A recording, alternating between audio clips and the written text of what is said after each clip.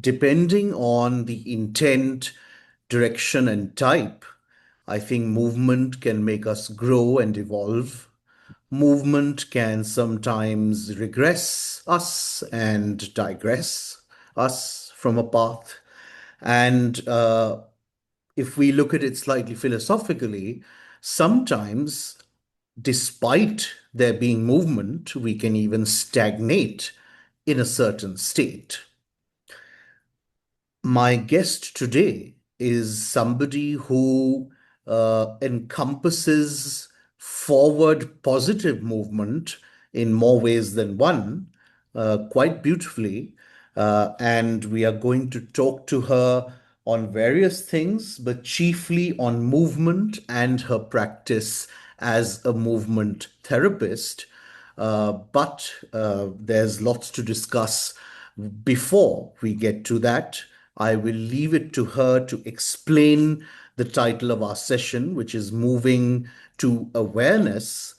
This is Talk Therapy brought to you by Driveway Devi. I'm Karthik on behalf of Driveway Devi, and joining us is the immensely talented actor, counselor, movement dance therapist Auritra Ghosh, somebody who, in my understanding, and I'm going to sound slightly critical and cynical, having been part of the film industry for a decade, I can say that it's not terribly often that I personally come across actors who are working in the service, in the genuine service of guiding and supporting and healing others. There is a perception that actors perhaps are slightly self centered, but I'm very, very delighted that she is that anomaly, breaking that stereotype. And I'm extremely grateful that despite her busy schedule, she has made time to be here and talk to us. A very warm welcome. Thank you so much for that, Karthik. Predating your foray into the official world of, let's say, movement therapy, dance itself has played a significant role in your life, and it goes back quite a ways. We would love for you to share an insight of that beginning and that journey with dance in your life. So, dance, of course, it's very personal to me. I started, um, so I come from a Bengali family, which means that as children, you're always put into some extracurricular activities and some hobby classes and stuff. So, I grew up learning Kathak. Um, and then from there on, I got interested in learning jazz, contemporary ballet. I started training with a company. Um, so my my first dance class was probably when I was 5, 6 years old. Um, by the time I was professionally dancing, I was already 16. So yes, I do have a very, very personal connect with dance. Um, and I think for me, dance also has given me a very um, even before I understood how it affected me, I know that through dance, through movement, I was able to maybe understand a lot of my own self, like the self awareness that I had sort of came in abstract thoughts or understanding, which evolved through my art. Now, it makes sense that delving into dance brought you a certain amount of awareness. Perhaps you can also talk a little bit about some of the other areas in which it really sort of helped you. I was a quiet kid. So when you're a quiet kid, you have a very like your inner world is very big. There are a lot of thoughts. Uh, a lot of things would be observed but not discussed maybe as much. I wasn't really a very talkative child. Also, my mother was unwell when I was about 9, 10 years old. She already started being sick. So for a child who has a lot happening, at home, um, we tend to, like, children tend to then go into their own sort of inner world, which is very rich in its own beautiful way. And then you need something to sort of connect the outside world and the inside world. You need that sort of like, um, you I know, think you need a dialogue. Essentially, you're having all of those dialogues you would with either external people or resources in regular cases. But if you're sort of slightly reserved, then you're having most of that dialogue within yourself.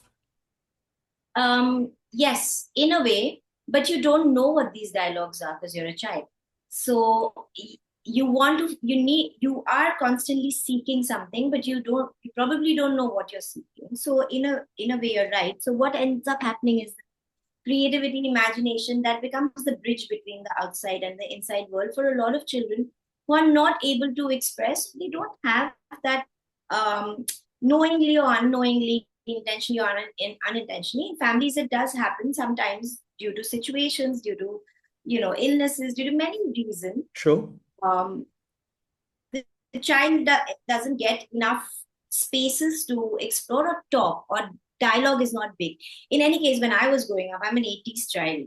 Dialoguing was anyway not a big thing with your parents in the 90s, like my Hmm. I think we were at the receiving end of discourse, not dialogue. yeah, exactly. So it was always like, this is what it is and you get it done. I mean, my parents, of course, again, like I said, I still come from a very liberal family where people hear about each other's thoughts, conversations, but it doesn't come naturally to somebody to sit a child down and say, tell me what you're thinking. It's always like, oh, child has to be told what to do, what to say. Yeah, yeah, yeah. So yeah, we've gone into that other thing. But coming back, what I meant was that, so what dance did for me, what creativity or art did for me was, helped me find a dialogue, like you said, between my inner and the outer world in that sense. So that way, it was very personal to me. Um, I was also good at it. So, it helps when you have a vast vocabulary and you're able to work on it. And I got a lot of, I did shows, I did performances, and I was enjoying doing that as well. I mean, it was on school level stuff. Um, But tell me, at the cost of interrupting you, this brings up as a natural corollary my curiosity about how much of this dialogue and at what stage did the external validation and celebration sort of accolades coming your way, what significance did that hold? I think the external validation didn't come till I was an adult because I wasn't really doing professional shows or anything. Um, Huh, or I but that wasn't you really seeking. that is something you can say now as a professional actor, etc., and an adult. I mean, when a young child wins even an inter-house contest, let's say, that's like the biggest deal in the world, isn't it? At the time. But children need that also. That's not like they you do feel heard and seen, right? Like even in our classes, in dance classes where we teach children, we have small presentations, monthly, Sure, bi-monthly, sure. monthly, and we always, a lot of and it's a simple presentation that happens just in the last 10 minutes of the class hour, but we always encourage parents to come and watch. A lot of times parents are stuck at work, they have meetings, they're not able to make it, and then you have to see the child's face. They feel, I mean, that to them is, that really impacts them. Yes, yes. Validating at that age by parents or by people who are in your immediate circle, your primary caregivers or family or relatives, becomes an essential part of the nurturance that you get, and that is important. If you're talking about validation from the world, I never went to that. I mean, I wasn't dancing across, like professional platforms at a Sure. young.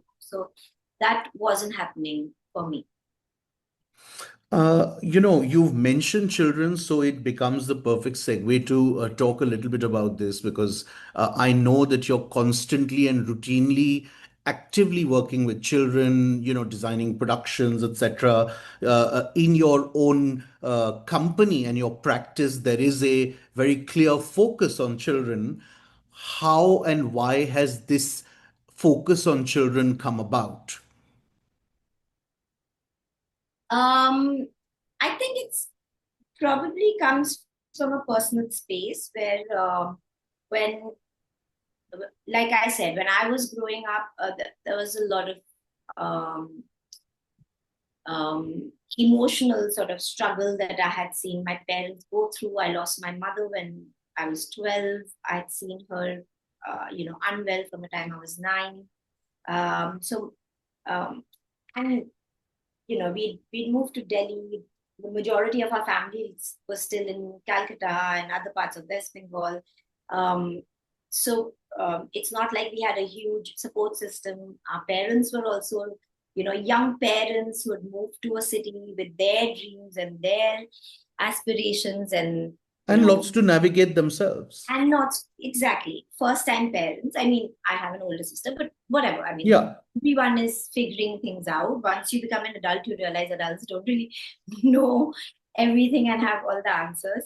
So when you come from a space like that, and then in retrospect, you understand what could be the challenges that I had as a child, what all I was dealing with.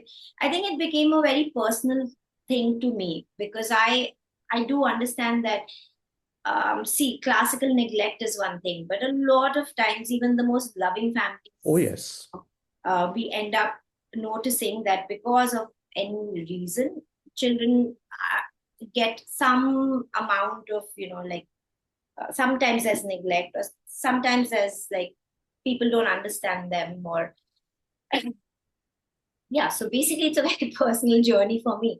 I feel if we can bring art, imagination, curiosity to learn, and the excitement to learn, and they get to find their own solutions through creativity in a non-competitive way, that really shifts the engagement for children, and as they grow up, that curiosity stays.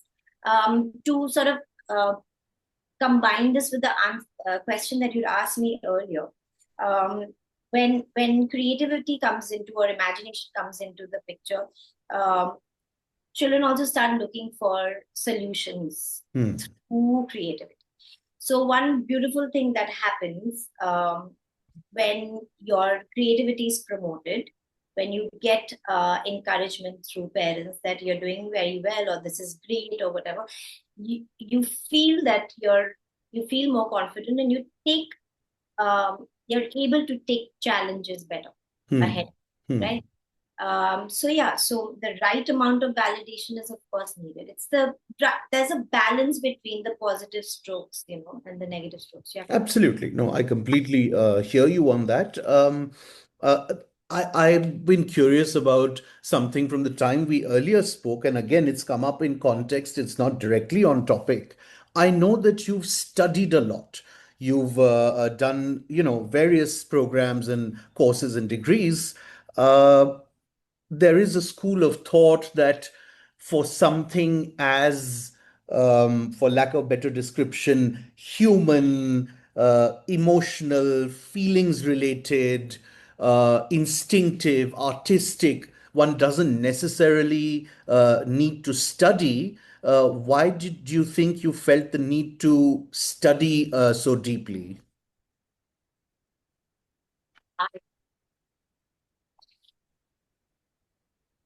You you don't need to. Okay, let me see how I can answer this. You don't need to study to become creative. You need to study to understand where to take your creativity. Okay, yeah, that's a wonderful way of looking at it. That is what happens, yeah. So everyone comes with their imagination, a vivid world of creative, imaginative, ideas. But what do we do with it? Do you want to, create presentations through your creative mind, or do you want to go build, create a building or a structure with it, or do you want to create art, or do you want to dance about it, or write a song about it, or do you want to put it in social cause? So for that, you need some direction. Where will you get that direction from? We're also anyway, like, I think this is when I was growing up, there was no course called dance movement therapy. There was no studying movement in mental health. Hmm. There was barely anything in mental health to begin with, and to top it off, like, putting all of it's not like it didn't exist in the culture. It's always been there. Sure, sure. Using art for healing has always been in all cultures, especially in our culture. But there's no structure to it. It's not being documented and stuff. So for that, if you educate yourself, maybe you can then understand how to structure it, document it, so that the next generations can use it better. I've spoken to, of course, I mean, I'm one of those people who also, for example, went to film school, and there's always that debate of whether one should go or not. And the same thing applies to, art school, and so many people who've been to the JJs of the world and Parsons and what have you. And I think I've heard people say that essentially art school allows for the exploration to find your voice as an artist. And I think it's sort of similar to what you're saying. Let's then talk about movement to awareness in the context of children.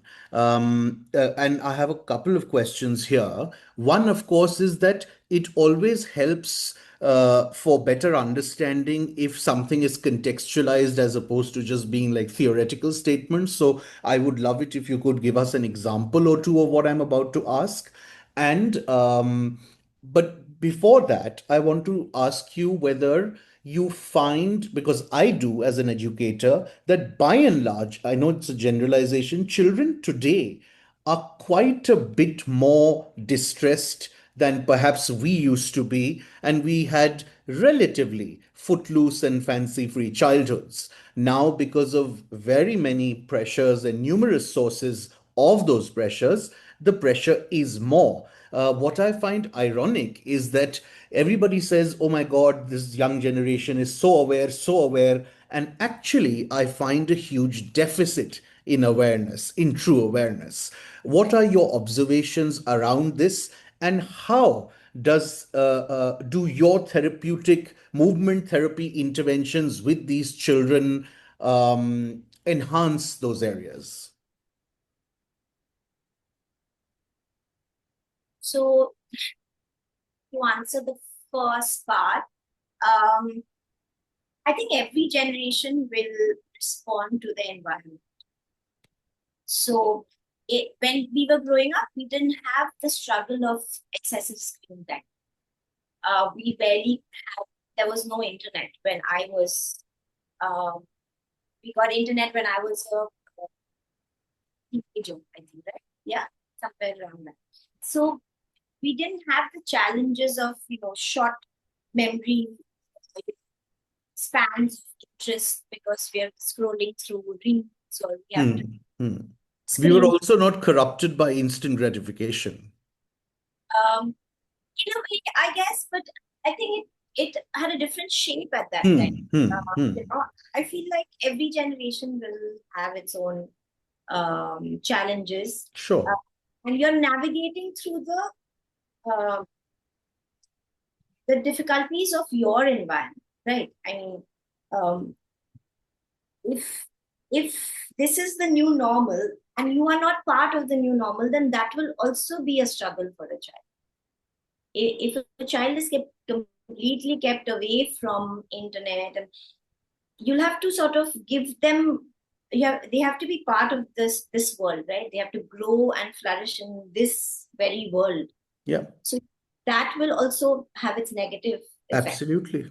So I feel like I maybe we feel that we had less struggles, or our childhood was different, and I feel nostalgia is always more romanticized in our head. Or like, but there is no, I don't know if there's any research or any proof saying that yes, the attention span and all has been affected with teenagers because of internet and because of social media. Sorry. Okay, I'll tell you why I'm saying what I'm saying. You're right. I too haven't come across any study.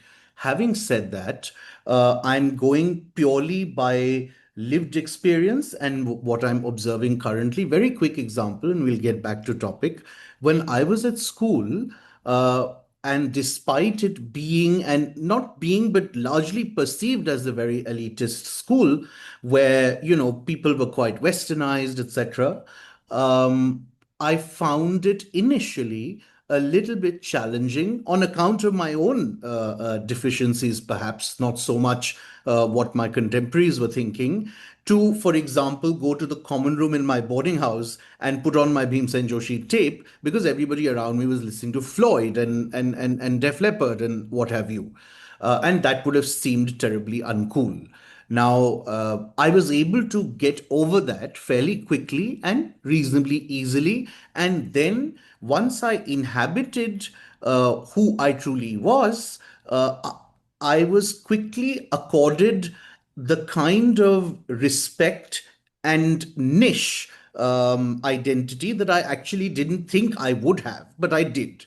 Now, when I'm routinely teaching and interacting with similar age group children today who are attending similar schools, I find that peer pressure is significantly higher, so much so that a vast majority of these children are not allowing themselves to be and act their true authentic selves because they will be judged, labeled, shamed, etc., and not fit in with the cool set and the cohort.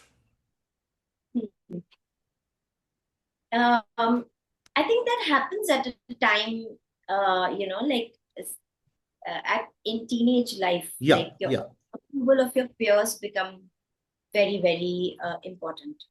And it is the challenge that happens during high school where um, you want to fit in and you want to and you question your choices, and um, that does happen.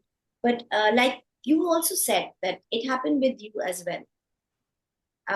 And uh, to avoid that sort of judgment, you had to go away and watch something. Um, how the child reacts to it, it really depends upon many factors, and the child's personality, and many factors, right? So you could be avoiding it, or you could be confronting it, as in a child could be sure, sure. confronting, um, to I mean have a conversation with his peers, or have a bit of an argument, or have a go at it with uh, with their friends.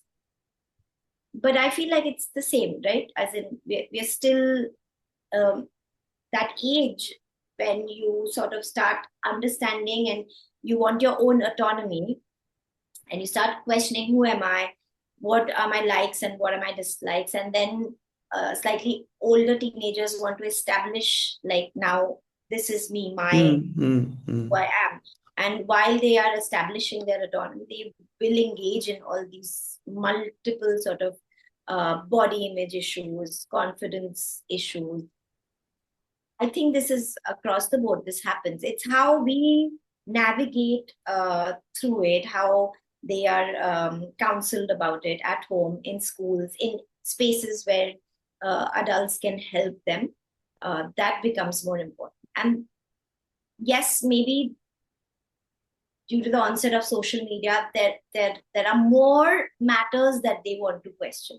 Like earlier, sexuality was never a question that we would, Mm, when mm. you ask nowadays, children do question their sexuality very openly. Right, Something that this generation allows themselves to do it. It is right, it's right. become a normal conversation, Mm. and we have to embrace that as adults, and we have to understand how to help them navigate through those Correct. challenges. Yeah, yeah, yeah.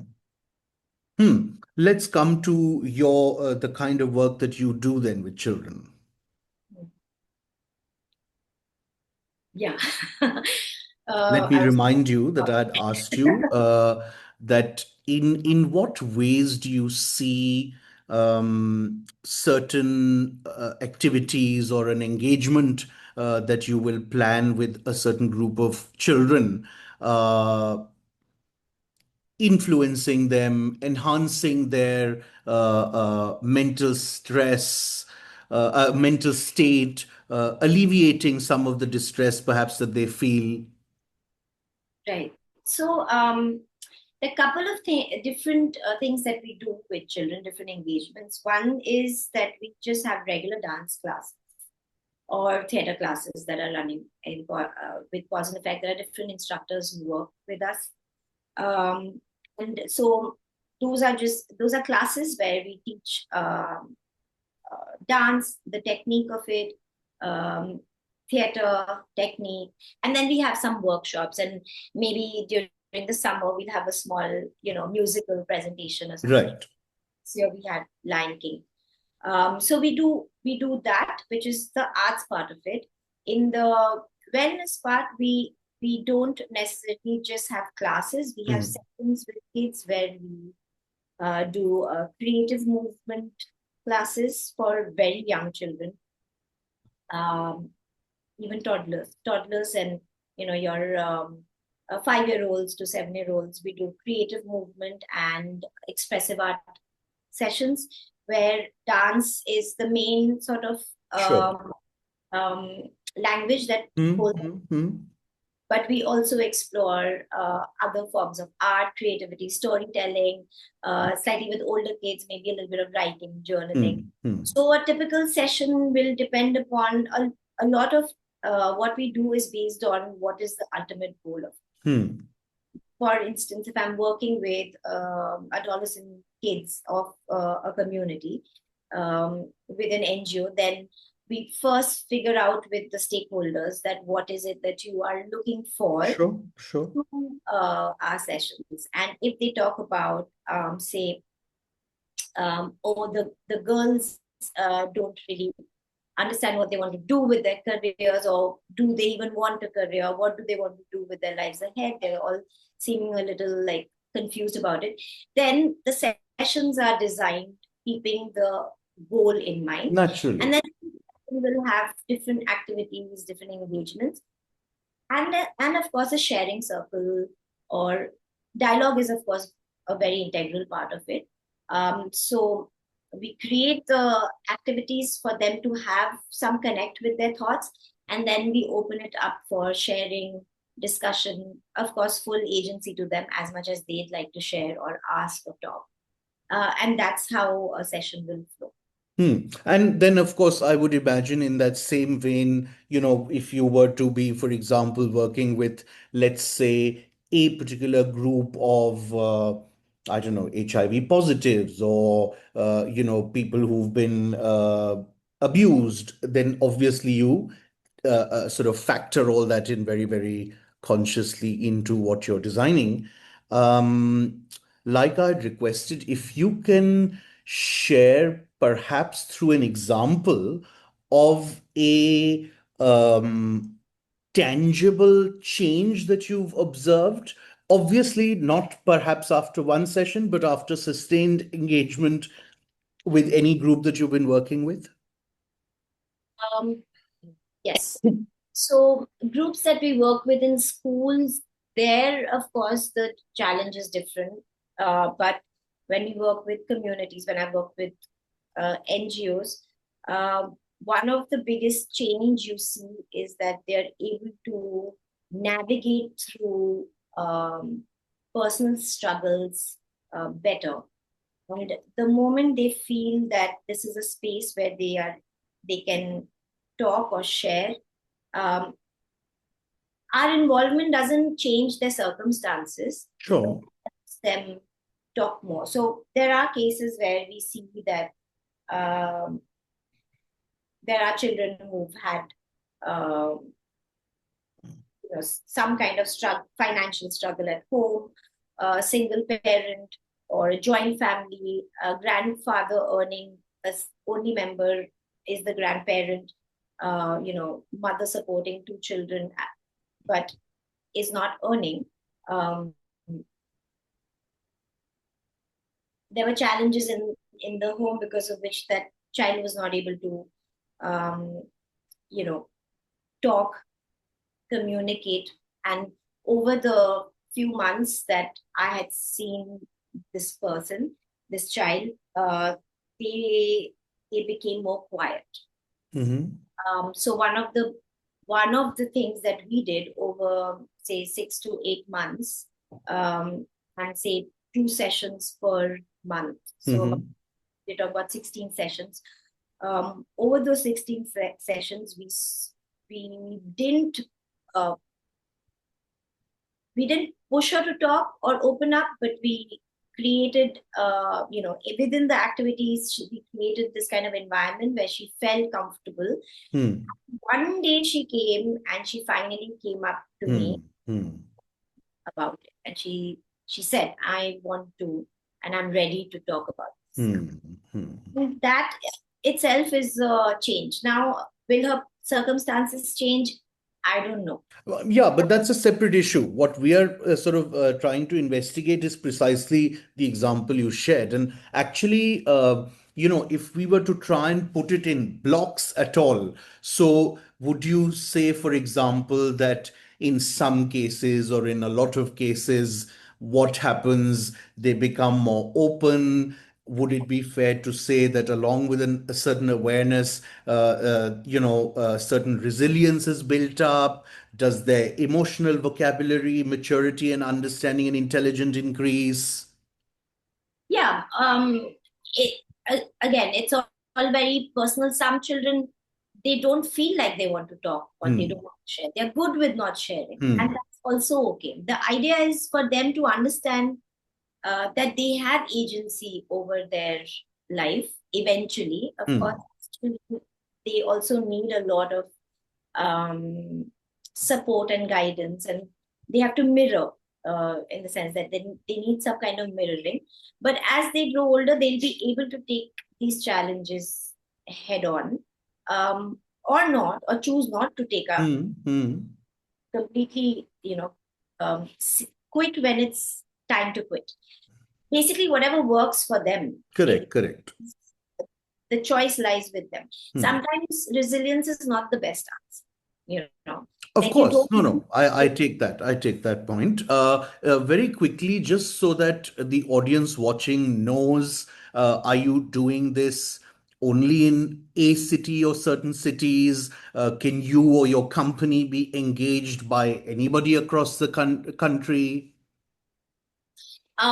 Yes, we are. I mean, yes and no. We are right now in Delhi and Bombay. Okay. Uh, we also do workshops in Jaipur, Chandigarh. We've done some workshops. Um, right now, we haven't. I have collaborated personally, one on one, with um, companies, NGOs in Calcutta, Kolkata as well. We haven't gone to any other city outside of these four cities yet, 4, 5 cities yet. But we'd like to. We also need to build on our network of Hmm. people and Sure. therapists and counselors. So that's a work in progress. Um, I want to ask you finally, I mean, I know I've overstayed my welcome, but I can't resist. So many traditional psychotherapists that one talks to, those who are close and they take the liberty, they've told me that, it's an understandably, unimaginably sort of emotionally draining to listen to clients from morning to night, essentially be trauma dumped on. When you are interacting with not just children, with anybody you're working with, and you see a certain amount of pain and distress, how does it impact you? Yeah, it does. It There are tough days. There are days when you come back home and then you feel like especially when you're doing the social work side of it. You literally cannot do much to change. Like I said, you cannot change the circumstance. Circumstances, yeah. Sort of help them, support them, give them a place, a space to, you know, understand and navigate. But then, wouldn't that be so frustrating that you've done something useful and beautiful, and it'll be completely undone the minute they're out?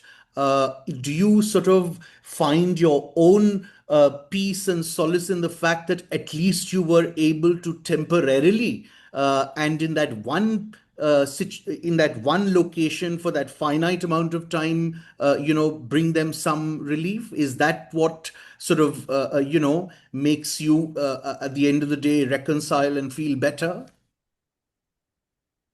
Okay, so there are two things. First, um, it's not temporary. The work will slowly Build, yes. build. So it's never temporary. Even one session will be effective. And yes, maybe one session is not enough. But over a period of time, Mm-hmm. these sessions will build some sort of self awareness, some sort of, if you want to call it resilience, awareness, motivation. The children do pick up something from it. So it's not temporary.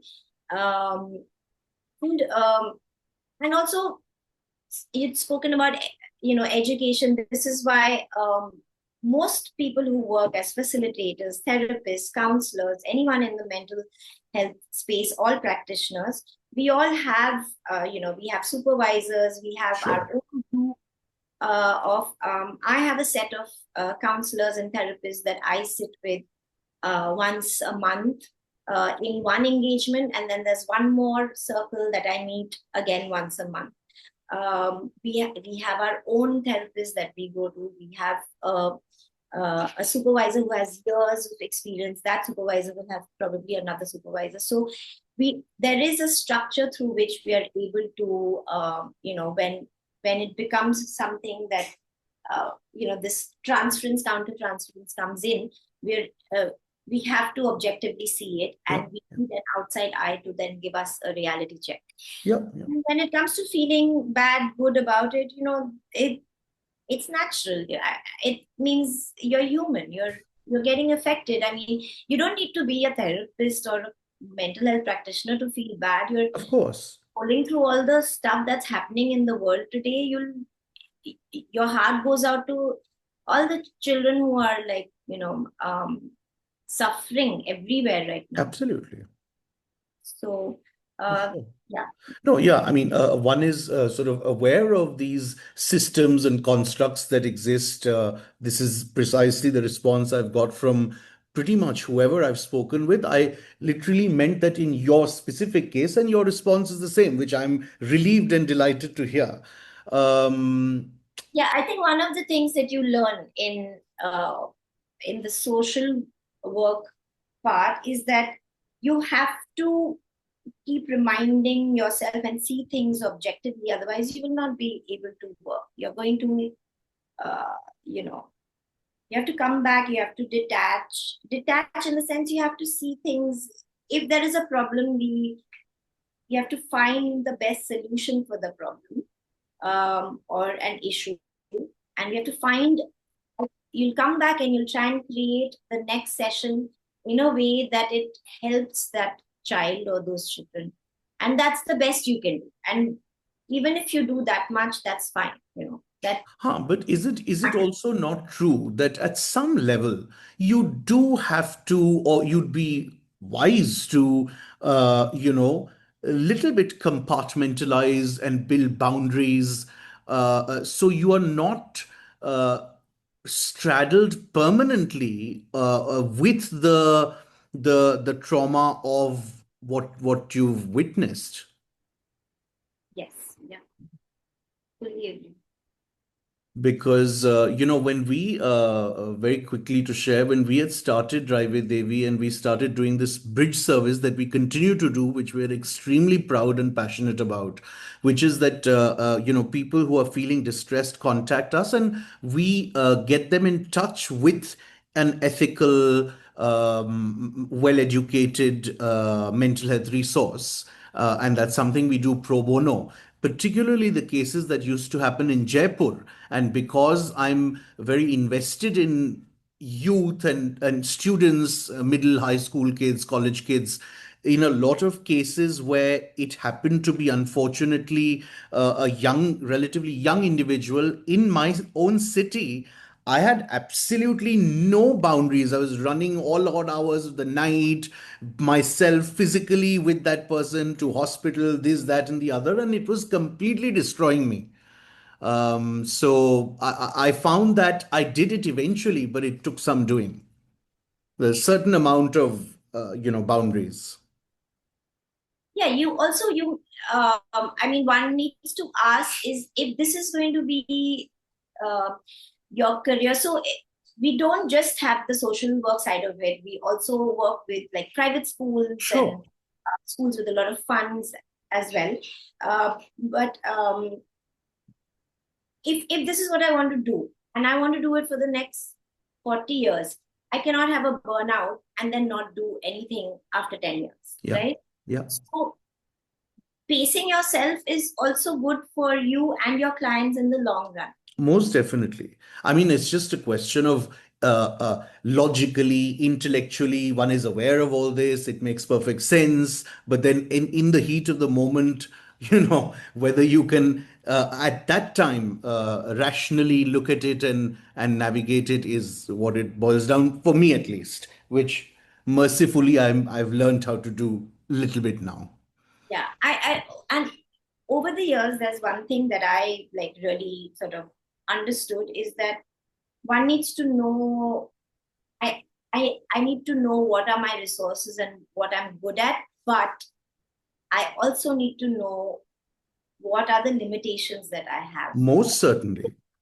because then I get a reality check, and then it's a more practical and more sustainable outcome. What rather than just having a burnout and then For and that's sure. And ultimately, by recognizing one's own limitations, you're also just helping that person out more. So, I mean, yeah. uh, for sure. Wonderful. I mean, you are doing some great work. Had I known you and of you earlier, and I knew that you had conducted something in Jaipur, I would have just barged in to watch it because I can sort of throw my weight around a little bit in this small city. But hey, whenever you're in town next, and hopefully I will coerce you into doing something at my daughter's school. Yes, I'd love to. So, thank you very, very much for making time. We wish you all the very best with all the wonderful work that you're doing. And now I don't just mean in the therapeutic space, even otherwise, and particularly on sort of on screen, let's say. And look forward to catching up in person whenever you're in town next.